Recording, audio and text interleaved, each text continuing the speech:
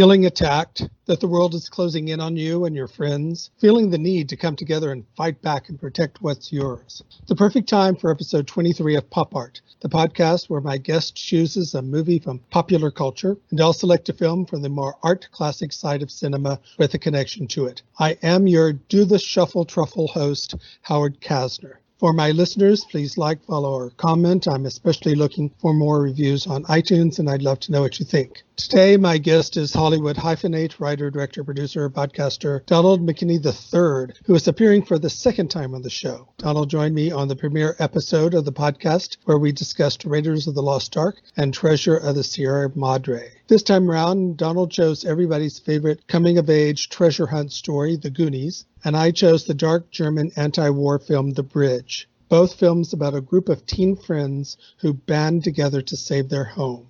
To begin, first, welcome back, Donald. Oh, thank you for having me. And second, what have you been up to since you were last on the show? I must say, you're probably pretty lucky that you were able to get me on again because I'm apparently a celebrity now. I had no idea. Not really, but over the weekend-ish, Friday, I think it was, I woke up to one of my friends messaging me and telling me that James Gunn, the director of the Guardians of the Galaxy and Suicide Squad, had tweeted a picture of me dressed as the Blue Beetle. I think I saw something about that on... Posted it on social media. I had done 4 seasons of this web series where I played the titular character of Ted Kord, a.k.a. the Blue Beetle. And he was talking about the show Smallville and how that had an appearance of Ted Kord. Instead of showing that guy from that series, he posts a picture of me from the web series dressed as the Blue Beetle. I was very humbled and very excited to see that take place on Twitter. So I reached out to him and thanked him for it on there, sent him a couple messages and a couple links. So hopefully he checks it out. I become so famous. Unlikely. Go, Howard who? Right. I don't have time for this, Howard. I'm sorry. No third time's a charm for you, buddy. I thought this was going to be a very fun one, and then I watched the film you recommended. I had a rough night. So with you saying that, let's begin, and let's get to your selection, The Goonies. First, some information about the film. The Goonies was released in 1985. It was directed by Richard Donner and written by Chris Colombo and based on a story by Steven Spielberg. It stars Sean Astin, Josh Brolin, Jeff Cohen, Corey Feldman, Jonathan K. Huey Kwan, Kerry Green, Martha Plimpton, John Matzuzak, Anne Ramsey, Robert Davi, Joe Pantoliano, and Lupe Ontiveros. The basic premise revolves around a group of teen friends who live in an area of Astoria, Oregon, called the Goondocks, hence they're being nicknamed the Goonies. On the last weekend, before the neighborhood is to be foreclosed on to expand a country club, the teens discover a pirate map left by a legendary figure called One-Eyed Willie. They decide to try to find the treasure in a last-ditch effort to save their homes. Complicating their mission, a Ma Barker-type mother and her 2 criminal sons are on the lam and hiding out in a remote, dilapidated building the teens have to get through on the first leg of their journey. Why did you choose this film? For a multitude of reasons. 2 big ones, actually. The first one will go back to when I'm like 8 or 9 years old. And this movie comes out. I am so stoked and excited to see it. For some reason, I think it probably didn't come out at a time that I was able to go or something, and we ended up missing it. It came out on VHS. My parents rented it. They were going to let me watch it the next day, but they rented it in the evening, and I usually had to go to bed at 9. They sent me off to bed, and they started watching it. I snuck back down the stairs and crawled into the living room and watched the first 20 minutes while my parents watched it on the couch and loved every minute of it. I didn't get caught until I believe it was my dad had to get up to go to the bathroom. He saw me on the floor and I was sent back upstairs. I did get to see it then the next day. Those damned enlarged prostates.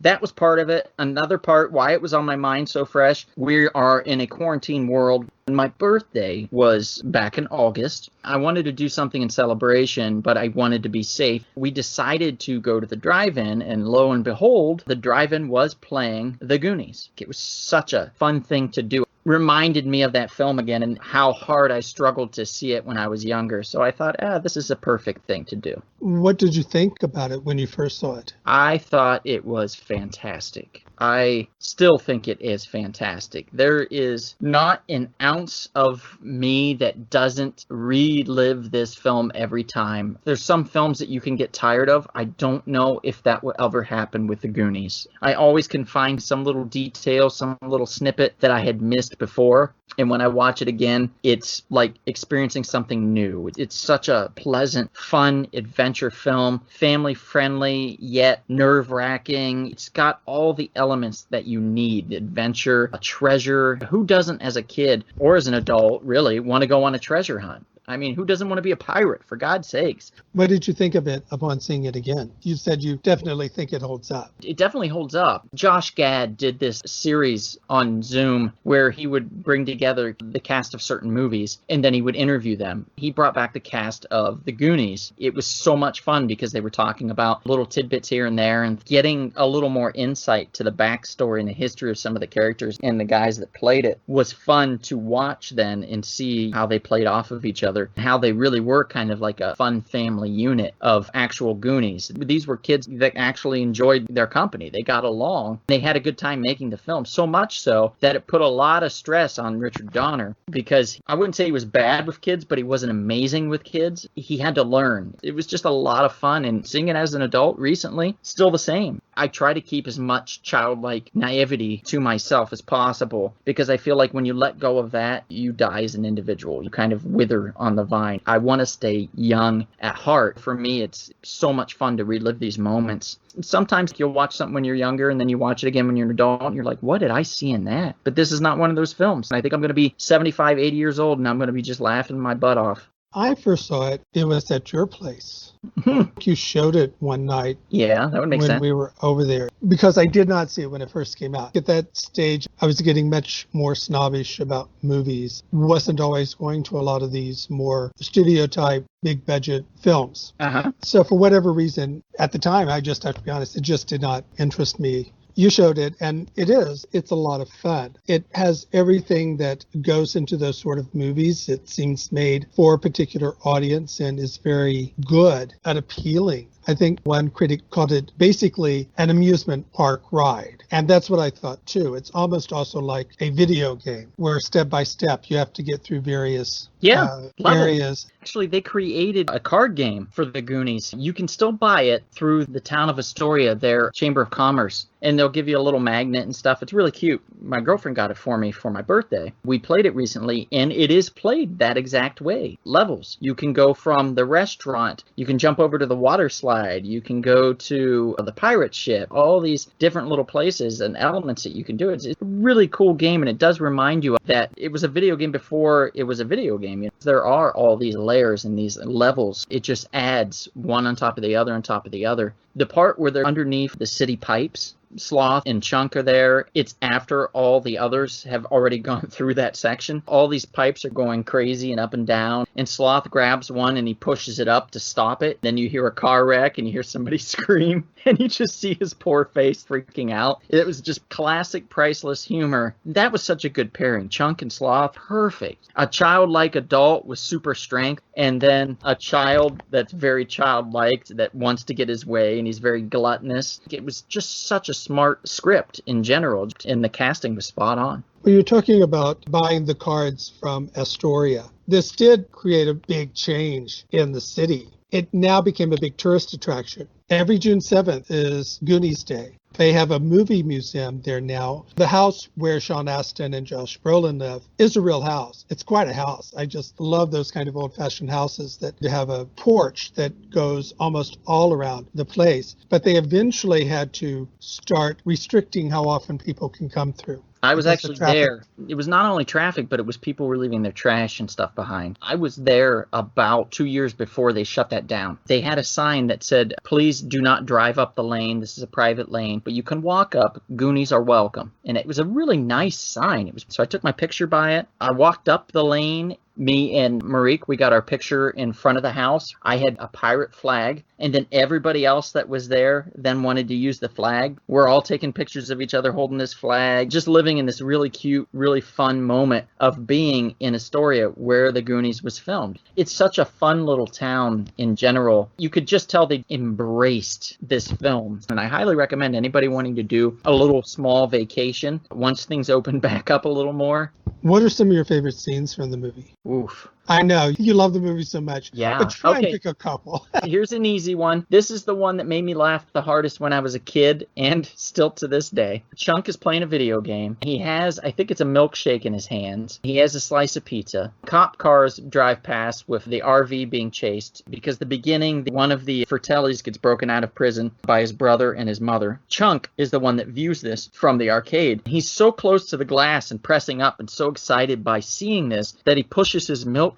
into the glass so much it explodes and gets all over him. And then he goes, ah, shit. As a kid, it made me laugh because he got away with it. Oh, he said a bad word. I couldn't get over that. I remember that moment every time I see it, and I just giggle because I know that that's what made me laugh so hard when I was a kid. Another one was probably where they were up in the attic. This is when they discovered the map and the little doubloon and everything. The feel of the whole moment. It's raining, it's storming out. They're up there in the dark, they're stumbling around, they're talking about, oh my God, I found this, and what can we do? We need to go do this. And this is a moment as a child. This is what you long for. You long for an adventure, and you're like, oh my God, I've been thinking about this my whole life, and they're actually doing it. I love that moment when they discover the map and they start reading the little words written in blood. Mouth's reading it because it's in Spanish and only he can read Spanish. Speaking of which, that scene where he's describing everything to the housemaid because she doesn't speak English very well, but he's telling her that there's cockroaches and that she'll be tied up in the basement and beaten if she doesn't do things correctly. All the stuff at the beginning. Chunk knocking over the statue, them gluing the penis upside down on the statue. Data falling through the window because he's ziplining through. Bran getting tied up. All this stuff in the beginning just really sets everything up so perfectly, breaks down each and every character. And also the name. Chunk, Mouth, Data, and then you got Mikey, Bran, Steph, Andy. All the Goonies start to come into place, and it forms such a perfect, cohesive group. Another scene would be the pirate ship scene, of course, where they're finding the gold. The Bones keyboard. The water slide was amazing. It's so fun. There's just a lot of moments. I'll keep it at that. It's especially at that point where you start getting all the movie references. I don't know how many are intended and how many not, but of course there's references to Raiders of the Lost Ark, to various pirate films, but the main one they focus on is Captain Blood? That I'm not absolutely sure of. I thought it was the Seahawk because the music that is played is the music from the Seahawk. But I can't guarantee that the scene that they show is from the Seahawk. Another place I read said the movie was Captain Blood. So I don't know if they used different music for the movie they showed, but that music is definitely Eric von Korngold's. Playing the piano, I don't know if it's the reference to another film also called Ghostbusters with Bob Hope and Paulette Goddard, where they go to a remote mansion castle in the Caribbean and they have to play an organ in order to open a passageway. You can start counting them about now. And that becomes a lot of fun, becomes very referential. The scene when they first see the pirate ship, Richard Donner wanted a very immediate and a non-acting reaction to seeing the pirate ship. So he went out of his way to have a convoluted Rube Goldberg way. Talk about all the Rube Goldberg machines that are in this movie, the complicated ways they open the gate and everything like that. He did something like this in order to get them into the studio soundstage where the pirate ship was, so they could not see it until a certain precise moment. And they saw it, and Josh Brolin went, holy shit, and they had to reshoot the whole thing. That sounds about right. My favorite scene, I think, has to be Chuck's confession. It's an old joke, but it still works very well. Where he says, okay, I'll tell you everything. And he goes back 10 years earlier and starts recounting everything he's done wrong. That's on my list, too. The puke in my jacket. And then I got up on the balcony and I went, hurrah, hurrah. And Robert DeVee's response to it, he's laughing. He's like, I'm beginning to really like this kid, Ma. Yes. Speaking of Ma, I love Anne Ramsey. Yes. She is just wonderful. She, in many ways, steals the show. Catch his mouth with all those gems in his mouth. Yes. She's like, oh my God. Her tone, her response, her facial responses. I don't think this film would have been the same without her. She has this thing that she can do, and she does it very well. I know you've seen Throw Mama from the Train. Yes. She got an Oscar nomination for that role, and she's hysterical, a delight to watch. Another thing I liked about it, we'll even get into this a little more with the next one, is how it does dramatize group dynamics, how teens and friends react to each other. These people are all friends, but they don't always treat each other very well. In some ways, they're bullied, and then they have somebody in their group that they in turn bully themselves, which is Chuck. And there's also the interesting dynamic between Josh Brolin and Sean Astin, who, as brothers, have to pretend not to like each other because, well, they're brothers. One's older than the other. We can't let anybody know that we like each other. But then at certain times, have to let their guard down and be there for each other. It's a really well done film in all the right ways. One cute thing that I did not know that I got from the Josh Gad thing, Richard Donner was exhausted by the end of filming this. Spielberg produced it, if I recall. He thought it would be funny to pay for everyone's plane ticket to go meet Richard Donner because Donner was going to go take a vacation in Hawaii. What a terrible thing to do and a wonderful thing to do. So he paid for all the kids' plane tickets to go and surprise Richard Donner in Hawaii. They got into his room, and when he got there and got into his room and they were all there, he was like, oh my God, you son of a... I think there could be a movie in that. It is a movie that has really affected people very strongly. I think it made the National Board of Registry of important films that are culturally significant. Why do you think it just has this effect after all these years? I think it's timeless. You look at it and you think it should be aged, but it really hasn't aged that much. There really isn't a necessary aspect in there that's like, oh, they could have solved this with this technology, or they could have solved it with that technology. And kids do still ride their bikes in small towns. I lived in a small town for 26 years, and when I go back to visit my family, there's still kids riding their bikes around. I think that's part of it. It's just this timeless story that you could really tell today and tell it very similarly. I don't think it ever really needs to be remade. It's like something that's just going to carry on over and over and over again. It's just so perfect in all the right ways. That did remind me of something else that I did like about it this time around or found interesting. It reflects a childhood that's very prevalent, at least in the U.S., of when you're young and there's nothing to do and you're generally bored and you hang out with your friends and you find things to do and you find ways to fill your time. But generally, it's a pretty boring existence. This time it's interrupted by this search, and you do things. You do silly things like, we're bored, we have to do something. Well, let's go on a treasure hunting. Let's ride our bikes somewhere. And I think in many ways it's also an accurate reflection of that aspect of childhood.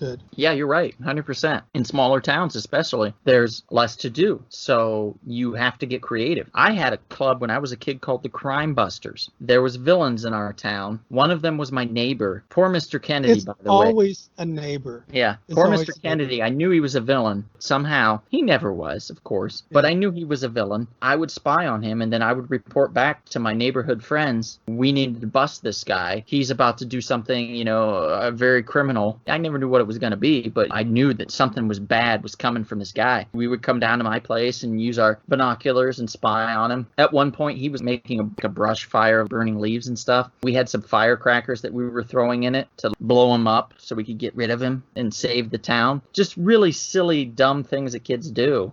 Well, with that, here's some more information about the movie. It cost $19 million to make, but made $124 million at the box office. At one point, if you remember, there's a reference to an octopus. Yes. And there actually was a scene shot with an octopus, but it ended up on the cutting room floor. Mm-hmm. Richard Donner makes a cameo as the sheriff's deputy. The pirate ship is actually a full, accurate replica of a ship that I believe I read was based on the Seahawk, the ship that was used in the Errol Flynn movie. And this was Josh Brolin's film debut. Jonathan Luke K. Hu Kwan, as most people probably know, was Short Round in Indiana Jones and the Temple of Doom, and today is mainly a stunt person. Filmed them both around the same time, and they asked him which one he preferred, and he was neither. They were both great experiences. He said, I really don't have one that I would choose over the other. And it was a very smart response, by the way. But I'm sure it would be hard to have more fun with grumpy grandpa Harrison Ford than it would be a whole group of kids on a set. That, let's get to my selection, and that is The Bridge. The Bridge is a West German film released in 1959. It was directed by Austrian filmmaker Bernhard Wicki. It was written by Michael Mansfield and Heinz Pock, adapted from the 1958 novel of the same name by journalist and writer Gregor Dorfmeister, which was taken from a true event based on the personal report of a survivor. It stars Volker Ballnet, Fritz Wepper, Michael Heinz, Frank Glaubrecht, Karl Michael Balzer, Volker Lechtenbrink, Gunther Hoffmann, Cordula Trantau, Wolfgang Stumpf, Gunther Fitzmann, Hans Elwensbuch, Klaus Helmold, and Edeltraut Elsner. The story takes place over a few days in April 1945 as Germany is losing the war. A group of high school teens are drafted as the American army is approaching their small town. They are eager to join up, but after their teacher pleads with their commanding officer to go easy on his students, the officer is convinced to not send the boys to the front, but lets them stay and defend a bridge, an unimportant strategic point that is supposed to be blown up anyway. But due to miscommunications and fate, the teens find themselves the only soldiers between the approaching Americans and their town. What do you think of the pairing of the two films? It took me a while to understand what you were trying to do with them. They're so starkly different. The Goonies is so happy-go-lucky and fun and adventurous, and The Bridge is so Not at all. Yeah, it's very tragic and very gloom and doom. When you look at the naivety of the characters, they're so young and full of life. They want everything to be a particular way, and they're going to work towards that because they think that they can change the outcome of their homes being foreclosed on. They can change the outcome of the war, of their town being overrun. There's a lot there that parallels, and then you start to go, oh, okay, I see where he was going with this. I don't necessarily have to go, oh boy, this is a lot of fun, but you can definitely see then why you chose what you did to be a companion film to that. When did you first see the film? Last night. I got home at, I would say, midnight. I stayed up till 2:30. So what did you think of it overall? It was a really well done film. I think the cinematography is magnificent. I think it's very wonderfully shot. I think the characterization of each individual, I don't think they hit the level that the Goonies did, surprisingly. The Goonies, you knew what characters were doing what and why. But with this one, it was a little different. You had to go through what they were experiencing, not who they were as individuals, if that makes sense. Each one had a different personality based on what they were experiencing. Instead of in the Goonies, each one had a different personality based on the way they acted and the way who they were as an individual. So it was more of the outside stimulus in The Bridge versus the inner personalities of the Goonies. I think that's actually a very astute observation. I certainly never thought of that. I do think one of the criticisms of the film is that in the first half, though the characters are interesting, they're not that perhaps original. The circumstances the kids find themselves in, their sort of conflicts, they're fairly standard. And to a certain degree, I think the author and the director wanted to do that. They wanted to make them as average, as normal characters, people like you and me when we were that age. But at the same time, I think you do have a point. They are not so much defined by their personality, by their characteristics, except for one. You don't really say, oh, he's that one. He's the leader. He's this, he's that, he's that. You go, oh, no, he's the one who's the son of the guy who's the head of the Nazi party in the city, and he's ashamed his father is taking off. He's the rich boy that's the son at the farm who has the foreign workers, one who's sort of flirting with first love. So I think that's actually a very astute observation. And I think it is one of the things that people to some degree have criticized the film, that the first half is a bit too normal, I suppose you might say, in spite of the fact that they're all Nazis and they're all in this town and it is a little melodramatic. That didn't bother me so much. I just wish we had gotten to know them more as individuals. Right. I felt that I would have cared more about what was happening to them in the end than I did. While it was still tragic, because spoilers, there was quite a bit of casualties that took place. The fact that I didn't have as close of an investment in these characters from earlier in the film, that created that separation for me and was able for me to then go, oh, okay, well, all right, moving on. You know, I just didn't have that emotional connection that I normally felt that I should have. I first saw it probably less than a year ago because it showed up on the Criterion channel, which is a channel that you can get on the Roku and other apps that showcase the Criterion collection, as well as they have special showings of groups of films by actor, by director. They also do a lot of pop culture. And this was one that I was not really that familiar with. I'm not sure if I had ever heard of it before. It was it was a powerful film. One of the reasons is, though I do take your point that the characters of the teens perhaps could have been stronger, there's such a sense of doom from the very beginning. We know this is April 1945. We know what's going to happen. Germany's going to lose, and Germany is going to lose spectacularly.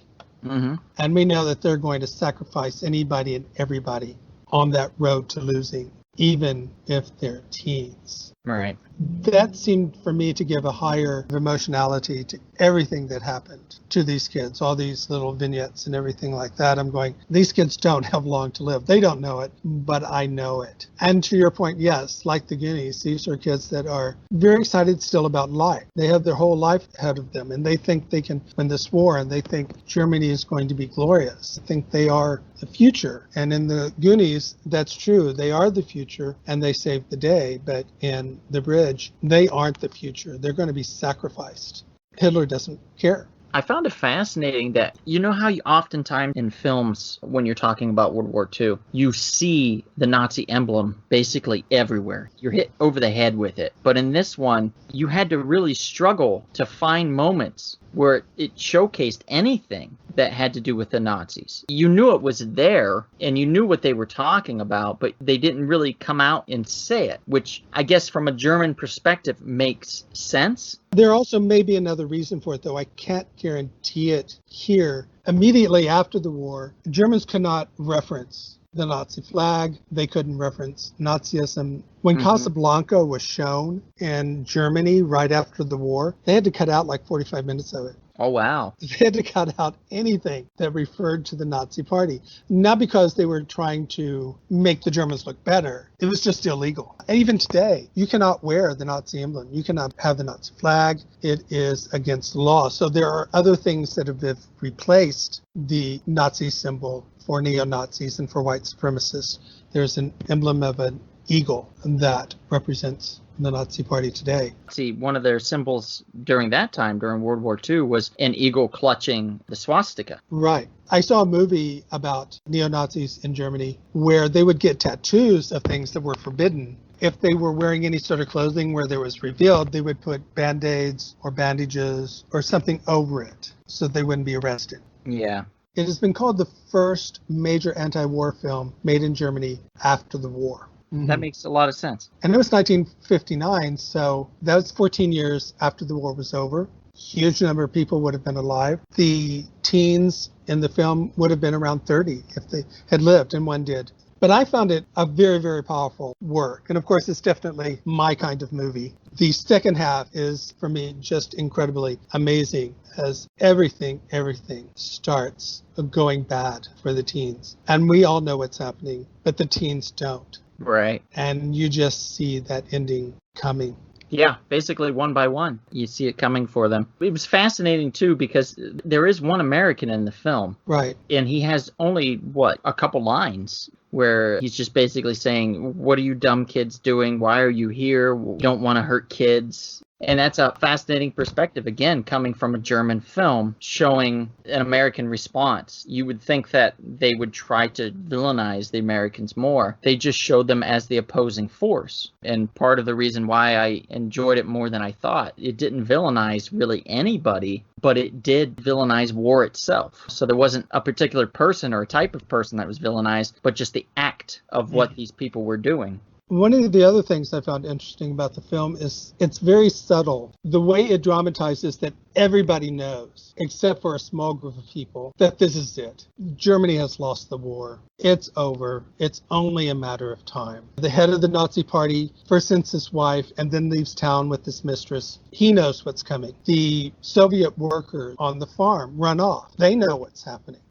All the commanding officers, anybody with rank, they're just marching time. They're doing what they do. They're soldiers. The privates and all the ones on the level of the teens, they know that they're being overrun. But nobody is telling the teens this. We've lost. And of course they can't, because that would be illegal. That would be traitorous. Yeah. But everybody knows, and they basically talk to each other as if they know this. They're not stupid. One of my favorite scenes is when the teacher goes to the commanding officer. Uh-huh. I think both of them want to say what they can't say. Commanding officer says, why should I do this? And the teacher just wants to say, because you know the war is lost. But the teacher can't say that. Right. Because he could be arrested for it. And the commanding officer can't say it either. He just can't bring himself to say it. He does, in a way, admit it because he does then assign the teens to take care of the bridge. And then it becomes a Greek tragedy, because in a Greek tragedy, no matter what you do, you're doomed. You're doomed from birth. When the oracle tells Oedipus's parents he's going to kill the father, he's going to marry the mother, so they send him off into the woods to be killed, and the guy can't kill him. And by sending them off to the woods, they ensure the fate that he's going to kill his father and marry his mother.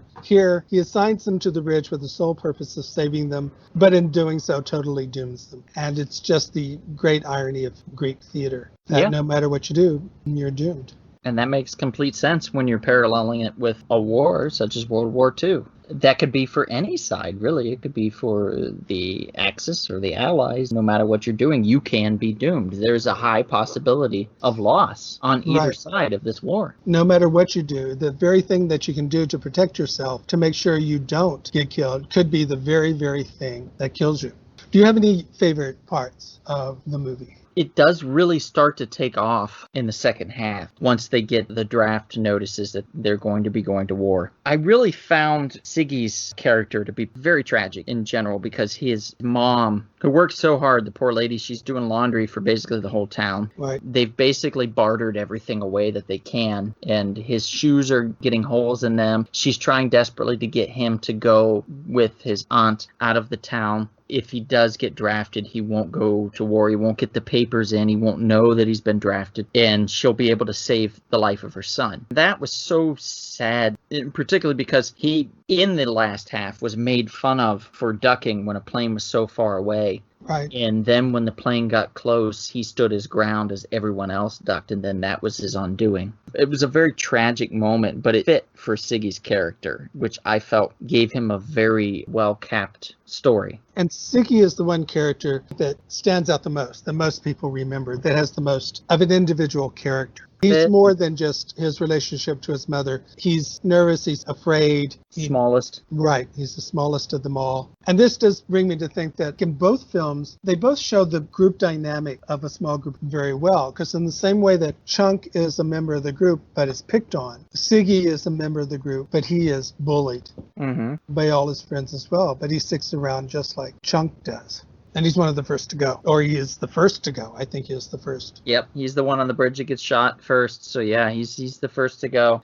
And you think maybe that's the end of it. Maybe these kids are going to quit and leave. And no. No, they bought into it. All of Germany bought into it. They've been so indoctrinated. And they can't be undoctrinated because nobody can say, it's over, you've lost. A lot of little moments, too, in the film that were very smart and very well done. The teacher not only going to the captain or whatever and trying to convince him to not have the kids go to war, but also with trying to get them to work on this boat, which was kind of a distraction in my eyes as to try to get their thoughts away from the war and towards doing something constructive and something healthy for them rather than dreaming about going to war and being part of something that teacher knew was going to be their undoing. Right. He and the commanding officer, I think, are the most interesting characters in the movie. They're the most innerly tormented. They have the most going on inside of them that they really can't reveal. And I do agree, the second half is very exciting. Once the tanks start arriving and the battle, everybody is telling these kids, don't fight, don't fight. The soldiers coming back from the front are telling them it's over. The citizens in the town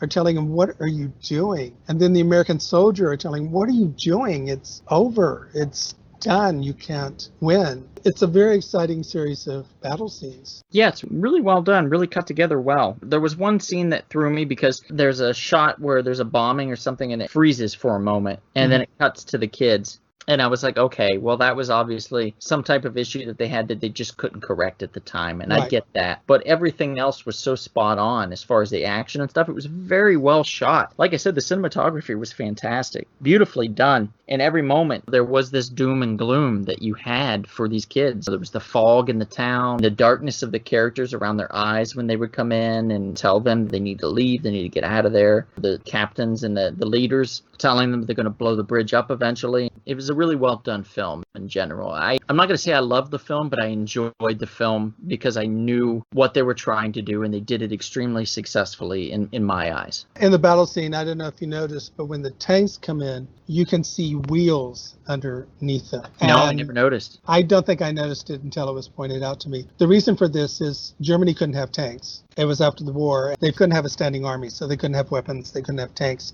So they had to build tanks out of wood, and they put them over trucks. Ah, clever. So you can see the wheels under them. Well, with that, here's some more information about the film. The movie was nominated for Best Foreign Language Film at the Oscars, but it did lose to Brazil's entry, Black Orpheus. It did win the Golden Globe and the National Board of Review Award for Best Foreign Language Film. Fritz Pfeffer, who plays Albert, who is the only surviving teen, is probably best known here in the U.S. for playing Fritz Wendel in Cabaret, the musical. He plays a German Jew passing as a Protestant. Michael Hinswalter, one of the kids, was Jeff Goldblum's voice actor for the Ray Bradbury Theater and Scott Wilson for In Cold Blood. Volker Lecterbrink does the German dubbing, or did the German dubbing voice of Chris Christopherson and Dennis Quaid. In Europe, everything's dubbed. Even in France, that has this belief in the purity of art, everything is dubbed. Generally what you do is you get a person who does the same actor for every film that opens in that country. Okay. Yeah, they even become known and can be more popular than the person they're dubbing. Like in The Simpsons in Mexico. Right. The voice actors were going on strike. And there was a panic there because they had been playing them for so long. Right. And when everybody goes expecting this particular person to be the dubbing voice and it's not, that can be, In closing out, is there anything else you might want to add about this film or The Goonies or both films together? I think it was a good pairing. I enjoyed both for different reasons, of course. It's always good to revisit The Goonies. It's always good to, you know me, Howard, personally. We've been friends for a long time. You know my willingness to just go in blind on stuff that you recommend. You've done it for a long time with me. We'll just go to the movies and you'll say, hey, let's go see this. And I'm like, yeah, I've never seen it. Let's go. I'll check it out. 9 times out of 10, I'm very pleasantly surprised. I don't have any hesitation when it comes to that, and I appreciate your choices, so thank you for that. I just feel very lethargically hopeful, I guess if that makes sense, for all of these characters in a way, because they're going to carry on in the story that's told. Film is a beautiful thing for that reason. It can carry on these characters even after their celluloid death, that they'll live on in infamy in that manner of speaking. Right, they live on long past. When the actors who played them have passed on. That's the beauty of that. Being able to pick up a film from the 50s or from the 40s, 60s, whenever someone has passed on, and be able to see their work and their craft and the beauty of what they were able to do is always something that I really appreciate. Let's start closing out. I asked you to choose a film or two to go with your choice that might interest our audience. For the Goonies, I would highly recommend The Monster Squad. That was a Fred Decker directed film. Very, very Goonie-esque in that it was a group of kids that band together to stop Dracula from taking over the world, basically. And don't you hate when that happens? I do. That movie actually was out of print for a long while. They brought it out on DVD probably like 2006, 2007, somewhere around then. It really brought back a lot of emotion and a lot of love for those characters in that story that I had almost forgotten about, to be honest, which is surprising. But it's a really great film about a group of teens gathering together and saving their town and doing it in style. Another one I might recommend is a little bit more adult and a little bit off from that. If you want a good adventure film, Romancing the Stone, I feel, is a fantastic film with some similar elements of adventure and actual mud water slides that do take place. Going outside of your comfort zone and experiencing things in mortal danger, treasure and stuff. So Romancing the Stone would be another one I would highly recommend as well. That came out, I believe, in 84, 85, 86 range, somewhere around there. As for me, the first one I'll recommend is All Quiet on the Western Front from 1930. This is one of the great anti-war films and one of the great films of all time. It won Best Picture that year. It's directed by Louis Milestone. It tells the story of a group of teens who, at the urging of their teacher, joined the German army in World War I, only to confront the horrors of war. It's based on the classic novel by Eric Remarque. And then Jojo Rabbit, the dark 2019 Taika Waititi comedy about a young boy trying to fit in Nazi Germany during the final days of the war with an imaginary Adolf Hitler as his best friend. What is next? What should we be looking for from you? From me, personally? Mm-hmm. Well, I also... What are you working on? What's coming up? I also do a podcast. I do the Real Shortbox, which is on comic book and pop culture. You can get a lot of prospecting information. We had a really fantastic live podcast not long ago where we had some on-air sales and stuff. We were at a comic shop and people were purchasing stuff from the shop and calling up. It was nice. It was a very exciting thing. We do like to go into comic book shops and promote them, and they'll sponsor us. We'll look at what we can do to help them, because print is a world that can always use a little bit of help. Printed page is not something that's as popular as it used to be, so we always look to promote bookshops and comic book shops and stuff as much as we can. As far as my career outside of acting itself, which I love to do, and I have done a little bit here and there, I've been filming some promos for comic shops, local shops, to help advertise for them, particularly in the COVID environment. The comic book shops that made us, I believe is the title. It's on Amazon Prime. It is about comic book shops dealing in the COVID crisis and how they're surviving. I did film and direct part of an episode for that for a comic book shop called We Can Be Heroes in Chatsworth, California. That'll be for season 2. You should expect to see that coming soon. Besides that, I'm working on producing a horror film that's called Copley Road. A lot of people may have heard about it, particularly people from Ohio in the Akron-Cleveland area. That's garnered quite a bit of heat, surprisingly, to even my own surprise. So those are my big things that I've been doing that's kept me pretty busy over this year, even in quarantine. Great. For me, I'll go over my usual litany. I'm a screenwriter and script consultant, so I have a Facebook page called Howard Kastner Screenwriting Consultation. I have a blog called Rantings and Ravings, where I discuss issues about screenwriting and movies. I've published 2 books of short stories on Amazon, The Starving Artist and Other Stories, and The 5 Corporations and One True Religion. These are stories that are sci-fi, fantasy, and horror.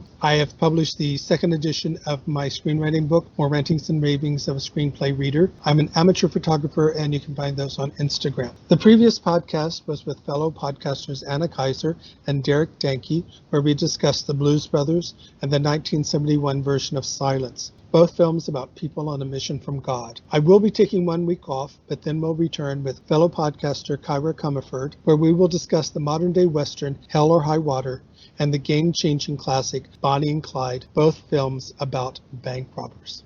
With that, Donald, thank you very much for not just being my guest, but for coming back on the show. Always a pleasure. Thanks for having me.